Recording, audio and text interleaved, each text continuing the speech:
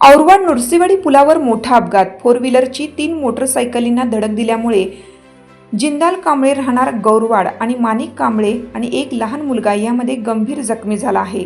2 दिवसाआधी या रस्त्यावर एक मोठा अपघात होऊन एका माणसाचा जीव गेला आहे. या रस्त्यावर मोठ्या प्रमाणात अवजड वाहतूक होते आणि कुठल्याही वाहतुकीचं नियोजन या रस्त्यावर अजूनपर्यंत दिसत नाही. पोलीस याकडे दुर्लक्ष करत असल्यामुळे हे अपघात होत आहेत अशी चर्चा ऐकायला मिळत आहे. मोठ्या प्रमाणात वाहतूकदार या रस्त्यावर जोरात वाहन चालवत आहेत. अल्पवयीन मुले सुद्धा या रस्त्यावर बिनधास्तपणे गाड्या चालवत आहेत. त्यांना कुठल्याही कारवाईची भीती वाटत नाही, कारण कारवाई होत नाही हे त्यांना माहीत आहे. अशा बेजबाबदारपणे गाडी चालवणाऱ्यांवर कारवाई व्हायला पाहिजे.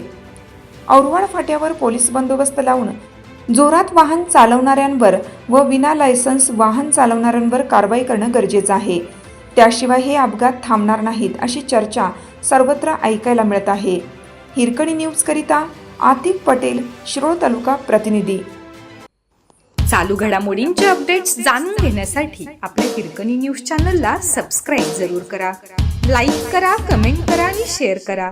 बेल आयकॉनवर प्रेस करा आणि नोटिफिकेशन्स मिळवा.